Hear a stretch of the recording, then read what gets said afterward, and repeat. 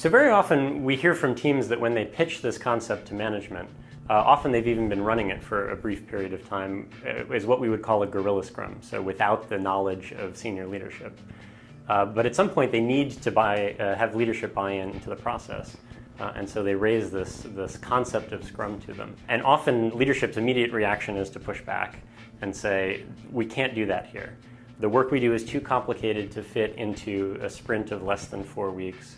Or particularly if it's a software company, we don't have enough testers to do all of the testing within the sprint.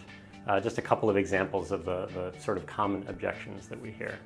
Most cases, this is a fallacy. It's a commonly held management belief, but it actually isn't borne out in reality. Just to use the testing objection as an example, what we found when we actually conduct experiments doing testing within the sprint versus several sprints later is it actually takes somewhere between 12 and 24 times as long to test outside of the sprint in which the software is developed. And that's because the tester actually has to go back and put themselves in the mindset that they were in more than a month ago when they actually wrote the original code. And in the meantime, lots of additional code has been layered on top, only further complexifying the process of finding what the root cause of the bug is and fixing it. So when you actually confront leadership with those statistics to the objection, a lot of those objections start to evaporate, and you just click through the list and come up with counter arguments to all of those arguments. But the best way to overcome objection to the Scrum is say, let's try it as an experiment. It's not a commitment.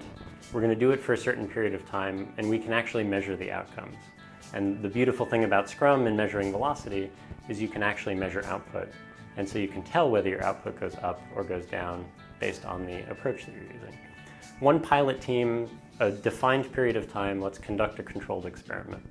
And usually the results are so dramatic that it's hard to ignore the fact that this is a better way to operate.